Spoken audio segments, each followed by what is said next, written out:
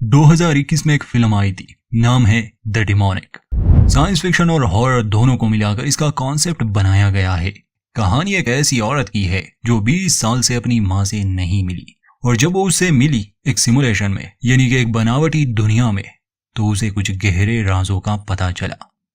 Film की कहानी ज्यादा पेचीदा नहीं है, तो आपको बोर नहीं करेगी। कहानी की शुरुआत प्रोटैगनिस्ट काइली के एक बुरे सपने से होती है, जो कि एक सुनसान बिल्डिंग में अपनी मां को ढूंढ रही थी। अंदर बिल्कुल अंधेरा था और काइली टॉर्च की मदद से अपनी मां की आवाज का पीछा कर रही थी। एक कमरे में पहुंचकर वो देखती है कि उसकी मां वहां सहमी हुई बैठी थी। हालत उसकी ठीक नहीं थी। अपनी बेटी की ओर देखकर वो उससे पूछती है कि तुमने ध्यान नहीं दिया कि तुम कहां खड़ी हो, जिसके बाद वो उस जगह को आग लगा देती है। और इसी के साथ काइली की नींद खुल जाती है। पिछले कुछ दिनों से ऐसे डरावने सपने काइली को सता रहे हैं। खैर, तैयार होकर आज काइली अपने खास दोस्त सैम से मिलने जाती है। दोनों की बातों से हमें ये पता चला कि काइली अपनी माँ को पसंद नहीं करती, क्योंकि अतीत में उसने कुछ ऐसे भयानक काम किए थे जिसने इस परिवार को बर्बाद कर दिया। वो कहती है कि मार्टिन ने मुझे मैसेज किया था, वो मुझसे मिलना चाहता है, लेकिन सैम उसे मना करती है। मार्टिन नाम का बंदा असल में इनके बचपन का दोस्त है। वो काइली के परिवार से जुड़ा था। जैसे कि हमने कहा कि काइली की मां ने कुछ भयानक काम किए, तो असर सब पर हुआ। मार्टिन भी उसमें शामिल था। सैम चाहती थी कि काइली अपनी जिंदगी में आगे बढ़े, पुरानी बातें भूल जाए, और मार्टिन फिर उसे वो सब याद दिला देगा। काइली के सबसे बुरे समय में सैम ने ही उसे संभाला, उसका ख्याल रखा, उसका साथ दिया। लेकिन रात में काइली मार्टिन के मैसेज का जवाब देती है, क्योंकि काफी समय हो चुका था जब वो उससे नहीं मिली थी। सैम की बात ना मानकर अगले दिन दोनों एक कैफे में मिलते हैं। मार्टिन बताता है कि कुछ दिनों पहले मुझे एक मेडिकल कंपनी से कॉल आई थी, जो मुझे एक सोशल वर्क के लिए पैसे दे रहे थे। वहां मैंने बहुत सारे पेशेंट्स को देखा, जिनमें से एक तुम्हारी माँ एंजेला भी थी। वो कोमा में है और उनका शरीर पैरालाइज्ड हो चुका है। काइली हैरान थी कि वो जेल से बाहर कब आई, क्योंकि 20 साल पहले वो किसी भयानक जुर्म के चलते जेल चली गई थी। मार्टिन बताता है कि वो उस कंपनी में एक अपराधी के तौर पर ही है, लेकिन वो लोग उस पर किसी तरह की रिसर्च कर रहे हैं। वो मुझसे तुम्हारे भी डिटेल्स मांग रहे थे, शायद वो तुमसे मिलना चाहते हैं, मगर मैंने तुम्हारे बारे में कुछ नहीं बताया। मार्टिन काइली से माफी मांगता है, मतलब अतीत में जो हुआ। हालांकि इस सब में मार्टिन की कोई गलती नहीं थी। खुद काइली भी उससे नाराज नहीं थी, वो तो बस सब भूलना चाहती थी। मार्टिन ने जिस कंपनी की बात की, असल में वो एक मेडिकल फैसिलिटी है और उसका नाम है थेरापॉल। इत्तेफाक से उसी रात काइली को थेरापॉल कंपनी से कॉल आई। काइली को बताया जाता है कि उसकी मां एंजेला की हालत खराब है, अगर वो उससे मिलना चाहे तो मिल सकती है। ना चाहते हुए भी एंजेला मिलने के लिए मान गई। असल में एंजेला यानी काइली की मां एक बहुत अच्छी नर्स हुआ करती थी, मगर फिर उसने एक हॉस्पिटल में 20 से भी ज्यादा लोगों की हत्या की। कुछ को जहर दे दिया और कुछ को आग लगा दी, फिर उसे जेल भेज दिया गया और काइली अकेली रह गई। अब अगले दिन वो थेरापॉल कंपनी के फिजिशियन माइकल और लीड रिसर्चर डॉक्टर डेनियल से मिलती है। माइकल बताता है कि थेरापॉल कंपनी एक ऐसी टेक्नोलॉजी पर काम कर रही है जिसकी मदद से वो पेशेंट्स की तकलीफ को कम कर सके। वो ऐसे डिवाइसेस बना रहे हैं जिससे वो कोमा में पड़े पेशेंट्स के दिमाग को पढ़ सके। उनकी माँ भी उनमें से एक है, जिनकी दिमागी हालत अब ऐसी है कि वो होश में तो है, मगर शरीर में कोई हरकत नहीं होती, यानी वो कोमा में है। तो इस कंपनी ने कुछ ऐसे प्रोग्राम बनाए जिससे ये पेशेंट के दिमाग को एक सिमुलेशन में ला सकते हैं, यानी कोमा में रहते हुए भी मरीज से बात हो सकती है, बल्कि उस सिमुलेशन में एक आम इंसान को भी भेजा जा सकता है। ये टेक्नोलॉजी बिल्कुल नई और गुप्त थी, इसलिए बाकी दुनिया को अभी तक इस बारे में पता नहीं था। बल्कि ये सारी बातें सुनकर काइली को भी काफी हैरानी हुई। डेनियल बताता है कि सिमुलेशन के दौरान एंजेला उनसे कोई बात नहीं करती, बस वो हमेशा तुम्हारा नाम लेती रहती है। और काइली को यहाँ बुलाने की भी यही एक वजह थी। वो चाहते थे कि काइली एंजेला से बात करे, ताकि वो ये जान सके कि उनके इलाज से एंजेला को कोई फायदा हो रहा है या नहीं। काइली इस काम के लिए मान गई, जिसके बाद उसे सिमुलेशन के लिए तैयार किया जाता है। सिमुलेशन में जाने से पहले वो अपनी माँ एंजेला को देखती है, जिसकी हालत बहुत बुरी थी और उसके शरीर पर बहुत सारे घाव के निशान थे। सिमुलेशन में भेजने से पहले डेनियल काइली से कहता है कि वो फिक्र ना करे, सिमुलेशन में तुम हमें नहीं सुन सकती, मगर हम तुम्हें देख और सुन सकते हैं, इसलिए जब भी तुम बाहर निकलना चाहो बस हमें बता देना। खैर, मशीन लगाने के बाद काइली अचानक से एक बनावटी दुनिया में पहुंच गई, जो दरअसल एंजेला की यादें थी। उसके सामने उसके बचपन का घर था काइली को अपनी आंखों पर तो विश्वास नहीं होता क्योंकि सब कुछ बहुत ही सच लग रहा था। अंदर जाने पर वो एंजेला से मिली। काइली उन पर बहुत गुस्सा थी। वो कहती है कि मैं आपसे कभी मिलना नहीं चाहती थी। यहाँ आकर मैं बस आपको ये बताना चाहती थी कि मैं आपसे कितनी नफरत करती हूँ और मैं कभी आपकी शक्ल देखना नहीं चाहती। मुझे आपसे घिन आती है। एंजेला बहुत डरी हुई थी। वो काइली को जाने के लिए कहती है कि यहाँ खतरा है बेटा, यहाँ से चली जाओ। और मैं जानती हूँ कि तुम मुझसे नफरत करती हो, मगर अब यहाँ से चली जाओ। ये बातें सुनकर काइली को तो और भी गुस्सा आया कि उसकी माँ उसे देखना भी नहीं चाहती और वो उसे जाने के लिए कह रही है। सिमुलेशन से बाहर आने के बाद डेनियल और माइकल उसे कुछ सवाल पूछते हैं। अपनी माँ से मिलने के बाद वो सदमे में थी। वो ज्यादा कुछ नहीं बताती, कहती है कि वो आज भी वैसे ही पागल है। माइकल पूछता है कि क्या तुम बता सकती हो वो जगह कौन सी थी। काइली कहती है कि वो मेरे बचपन का घर था। काइली अपनी माँ से दोबारा मिलना नहीं चाहती थी, मगर माइकल कहता है कि देखो आज तुम यहाँ उन्हें अपनी फीलिंग्स बताने आई थी, मगर तुम्हें एक बार फिर इस सिमुलेशन से गुजरना होगा ताकि तुम उनसे पूछ सको कि वो कैसा महसूस कर रही है। काइली ये दोबारा नहीं करना चाहती थी, तो माइकल उसे समझाता है कि तुम्हारी माँ ने इतने लोगों को मार दिया और 20 साल पहले तुम्हें अकेला छोड़ दिया। क्या तुम जानना नहीं चाहती कि उन्होंने ऐसा क्यों किया? आखिर वजह क्या रही होगी? तब काइली सोच में पड़ गई। उस रात फिर से काइली को एक बुरा सपना आया। इस बार घर के अंदर जाने पर उसे हड्डियों से बना एक ताबीज दिखता है और आसपास बहुत सारा खून पड़ा था। अगले दिन काइली को एक बार फिर से उस मेडिकल फैसिलिटी यानी थेरापॉल में जाना पड़ा। इस बार सिमुलेशन में वो किसी दूसरी जगह थी। उसे एक अजीब से हॉल से गुजरना पड़ा।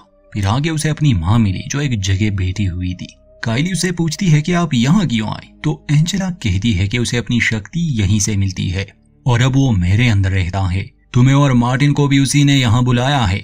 काइली को कुछ समझ नहीं आता। एंजेला उसे बार बार जाने के लिए कह रही थी। वो बहुत डरी हुई थी। तभी अचानक से वो हवा में उड़ने लगी। काइली घबरा गई थी। वो माइकल को उसे सिमुलेशन से बाहर निकालने के लिए कह रही थी, लेकिन माइकल ऐसा नहीं करता, हालांकि वो उसे सुन सकता था। असल में उन्हें कुछ और जानकारी चाहिए थी। तब काइली वहां से भागकर एक बिल्डिंग के अंदर चली गई जहां उसने सैम को देखा। वो मर चुकी थी। तभी कमरे से एक बहुत बड़ा राक्षस बाहर निकलता है जो कि किसी रेवन की तरह था। वो राक्षस काइली को छुए बिना ही उसका हाथ जख्मी कर देता है। वास्तव में भी काइली का हाथ जख्मी हो चुका था, जो कि काफी अजीब था। अब बातें समझ आने लगी कि काइली की माँ ने वो भयानक काम क्यों किया था या वो किस चीज के बारे में बात कर रही है। ये सब किसी शैतान से जुड़ा है। सिमुलेशन से बाहर आने पर काइली बहुत ज्यादा डर गई थी। वो माइकल और डेनियल से पूछती है कि उसे किसने जख्मी किया जब वो सिमुलेशन में थी। वो इस बात का कोई जवाब नहीं दे पाते। काइली को गुस्सा भी बहुत आया था कि जब वो सिमुलेशन में चिल्ला रही थी कि मुझे बाहर निकालो, तो किसी ने मुझे बाहर क्यों नहीं निकाला।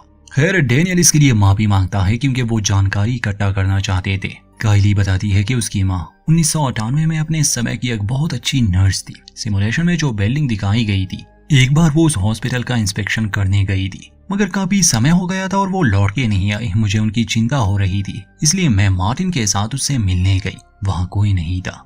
उन्हें ढूंढने के लिए हम बिल्डिंग के अंदर गए जहाँ वो हमें बेहोश मिली। उनके हाथ पर भी बिल्कुल ऐसा ही जख्म का निशान था जैसे मेरे हाथ पर है। हम उन्हें घर ले आए, लेकिन कुछ हफ्ते उन्होंने मुझसे कोई बात ही नहीं की। वो ज्यादातर उदास रहने लगी थी। फिर एक दिन जब मैं शाम को घर लौट आई, पुलिस उन्हें अरेस्ट करके ले जा रही थी क्योंकि जिस हॉस्पिटल में वो काम करती थी उन्होंने वहां आग लगा दी। 21 लोगों की जान चली गई। उसने एक लोकल चर्च के 5 लोगों को भी जहर देकर मार दिया, जिनमें से एक मेरी दादी भी थी। और उस दिन मैंने फैसला किया कि मैं दोबारा उनसे कभी नहीं मिलूंगी। बाहर आने के बाद वो सैम को कॉल करती है जो बिल्कुल ठीक थी, क्योंकि सिमुलेशन में उसकी लाश देखकर काइली काफी घबरा गई थी। इसके बाद काइली मार्टिन से मिलने उसके घर गई, क्योंकि कुछ साल पहले मार्टिन को भी वैसे ही सपने आते थे जैसे कि अब काइली को आते हैं। उस समय काइली ने उसकी बातों पर विश्वास नहीं किया, बल्कि काइली ने उसे पागल कहा था। मगर अब वो समझ गई थी कि चीजें खतरनाक है। काइली जानना चाहती थी कि मार्टिन के साथ क्या हुआ था या उसकी माँ के साथ। सिमुलेशन में जो हुआ उस बारे में काइली ने मार्टिन को सब कुछ बता दिया। मार्टिन ने इस सब पर काफी रिसर्च की थी। वो ये सब किसी को दिखाना तो नहीं चाहता था, मगर अब काइली की बातें सुनने के बाद वो उसे अपने स्टोर रूम में ले जाता है। मार्टिन काइली को अपने बनाए हुए स्केचेस और नोट्स दिखाता है। उन स्केचेस में वैसा ही शैतान था जैसे कि काइली ने उस सिमुलेशन में देखा था। मार्टिन कहता है कि तुम्हारी माँ किसी डीमन के कब्जे में है।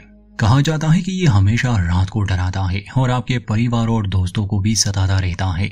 ये शैतान उस जमीन से जुड़ा हुआ है। जिस पर वो हॉस्पिटल बना था। जरूर वहाँ कुछ प्राचीन और खतरनाक दफन है, और जब तुम्हारी माँ 20 साल पहले वहाँ गई थी वो बदल गई।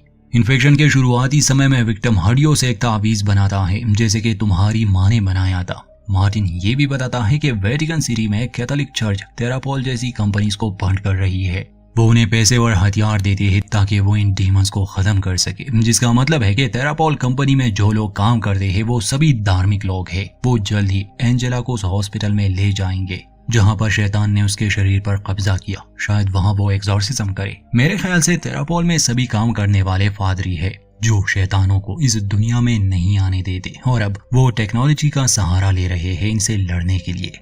मार्टिन पूछता है कि क्या तुम्हें बुरे सपने आते हैं, क्योंकि इसका मतलब है कि अब वो शैतान तुम्हारे पीछे है। लेकिन काइली इसका जवाब नहीं देती। वो बहुत ज्यादा डर गई थी, इसलिए वो वहां से चली गई। घर आने पर वो देखती है कि सैम वहां आई है। इस समय काइली बहुत परेशान थी। वो किसी से भी मिलना नहीं चाहती थी, इसलिए वो सैम को जाने के लिए कहती है। सैम समझदार थी, वो उसे परेशान नहीं करना चाहती थी, इसलिए वो चली गई। मार्टिन की बातों से काइली बहुत डर गई थी, इसलिए अपने साथ चाकू रखकर वो सो जाती है। आधी रात को हलचल से उसकी नींद खुल गई। इससे पहले कि वो समझ पाते, कोई जोर से दरवाजे पर दस्तक देता है। काइली डरते हुए दरवाजा खोलने जाती है, लेकिन ये सैम थी जिसे उसकी चिंता हो रही थी। दोनों बैठकर बातें करने लगे, हालांकि आधी रात हो चुकी थी और उसका यहाँ होना अजीब भी था। तब सैम कहती है कि मुझे तुम्हें कुछ दिखाना है। वो अपने सर पर बैग रखती है और अचानक से उसका शरीर मुड़ गया, जिसके बाद वो काइली पर हमला करती है। किसी तरह काइली ने खुद को कमरे में बंद कर दिया, मगर वो शैतान अंदर भी पहुंच गया। वो काइली पर हमला करे इससे पहले ही उसकी आंख खुल गई। ये भी उसका एक बुरा सपना था। काइली को अब सैम की चिंता हो रही थी। वो उसे कॉल करती है, मगर उसका फोन नहीं लगता। सपने में उसने सैम की आवाज सुनी थी जिसने कहा था कि मुझे जंगल में ढूंढना। खैर ये तो सिर्फ एक सपना था, मगर अब उसे सैम की फिक्र होने लगी थी, इसलिए वो तुरंत उसके घर पहुंच जाती है। यहाँ हमें ये भी पता चलता है कि काइली पर माइकल और डैनियल नजर रख रहे थे, और माइकल का अंदाजा सही था कि ये लोग किसी कैथोलिक चर्च से जुड़े हैं। फिर वो जान गए थे कि शैतान से मुकाबला करने का समय आ चुका है, इसलिए वो सभी तैयारी कर रहे थे। वहीं काइली जब सैम के घर पहुंची तो सैम वहां नहीं थी। वो पुलिस को कॉल करती है, मगर 48 घंटों से पहले वो रिपोर्ट नहीं लिख सकते। कुछ समझ में ना आने पर वो मार्टिन को बुलाती है और उसे बताती है कि सैम ने सपने में कहा था कि मुझे जंगल में ढूंढना, इसलिए वो जंगल जाने की जिद करती है। मार्टिन उसे अकेले जाने नहीं देता। असल में मार्टिन को शैतान पर विश्वास था। उसने काफी मुश्किल से उससे जान छुड़ाई थी, और अब वो दोबारा इस सब में फंसना नहीं चाहता था। मगर वो काइली को भी अकेले तो नहीं भेज सकता था, इसलिए दोनों जंगल में जाते हैं। ये वो जंगल है जो उस हॉस्पिटल के करीब था। वहां उन्हें सैम मिल गई, लेकिन वो बहुत डरी हुई थी, जैसे उसे किसी ने अपने वश में किया हो। वो बताती है कि उसने कुछ लोगों को देखा जो एंजेला को उस हॉस्पिटल की तरफ ले जा रहे थे। काइली उसे संभालती है। मार्टिन वापस चलने की बात करता है, लेकिन काइली कहती है कि अगर मेरी माँ के साथ जो भी हुआ उसकी वजह वो शैतान है। तो उस समय मैंने अपनी माँ को अकेला छोड़ दिया, लेकिन इस बार मैं उन्हें अकेला नहीं छोड़ सकती। मार्टिन इस बार भी उसके साथ जाता है, जबकि सैम पीछे गाड़ी में सो गई थी। हॉस्पिटल पहुंचकर वो देखते हैं कि वहां कुछ आदमियों की लाशें पड़ी थी। कुछ बुरी तरह घायल थे। दरअसल ये लोग थेरापोल टीम का हिस्सा थे। ये हाल उस शैतान ने किया था। वहीं उन्हें डैनियल भी दिखता है जो बुरी तरह जख्मी था। डैनियल बताता है कि वो शैतान एंजेला के शरीर से निकलकर माइकल में आ गया, जिसके बाद माइकल ने उस सब पर हमला कर दिया। डैनियल काइली को एक प्राचीन हथियार देकर कहता है कि उस शैतान को बस इसी से मारा जा सकता है। काइली और मार्टिन अंदर जाते हैं जहां एंजेला सिमुलेशन में थी। काइली खुद भी सिमुलेशन में जाकर अपनी माँ से मिलती है और इस बार वो उनसे माफी मांगती है। एंजेला खुश थी कि अब उसकी बेटी सच जान गई, जिसके बाद एंजेला की भी मौत हो गई। सिमुलेशन से बाहर आने पर काइली देखती है कि मार्टिन गायब था। काइली तुरंत बाहर आती है जहां मार्टिन की गाड़ी में आग लगाई गई थी, जिसमें जलकर सैम की भी मौत हो गई। ये देखकर काइली सदमे में थी। तभी मार्टिन की आवाज का पीछा करते हुए वो एक जगह पहुंची जहां माइकल ने उसे बांध के रखा था। वो उसे छुड़ा पाई इससे पहले ही मार्टिन वहां आ गया। उसकी आवाज सुनकर काइली चुप गई, लेकिन माइकल उसे ढूंढ लेता है। दोनों में हाथापाई हुई, जिसके अंत में काइली वो हथियार उसके पेट में मारती है और इस तरह शैतान माइकल के शरीर से निकलकर काइली के शरीर में आ गया। लेकिन काइली इतनी आसानी से हार नहीं मानती। वो उस हथियार को अपने पेट में मारती है, जिससे आखिरकार वो शैतान जल के वही खत्म हो गया। फिल्म के अंत में हम देखते हैं कि काइली जिंदा थी। मार्टिन उसे हॉस्पिटल में मिलने आता है और कुछ हफ्तों के बाद वो बिल्कुल ठीक हो चुकी थी।